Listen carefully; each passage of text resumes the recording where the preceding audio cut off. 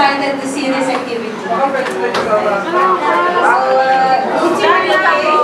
Ika, is there something bothering you? You're perfectly fine? Yes.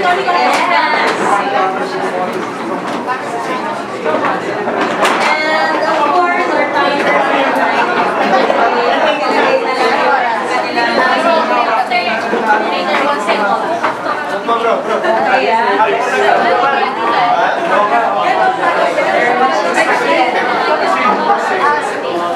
po. Okay. Ready na ang lahat? Amen. Amen. Sige po, we'll be giving you 3 minutes each per group to discuss. Sige po. I want all eyes on me. Pag wala sa akin yung mata, hindi mo na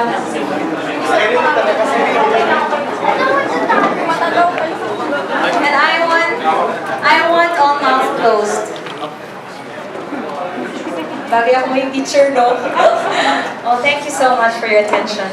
So, principal talaga. So, we'll be starting now sa ating second part, yung ating Sword of the Spirit, the armor of God, the Sword of the Spirit. The armor of God. So, we will be requesting one representative who will explain and one model. So, ang model dito, no? For example, your armor is the Sword of the Spirit. So, the model should do like this. Of course, active, right? It's like a warfare. So, and then of course, kailangan bakit may kalaban. Wait a minute.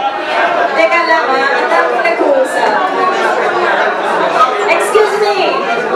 Okay na ba? Or you want more meeting? For example, ganito. Siyempre, dapat action tayo dito, diba? Siyempre,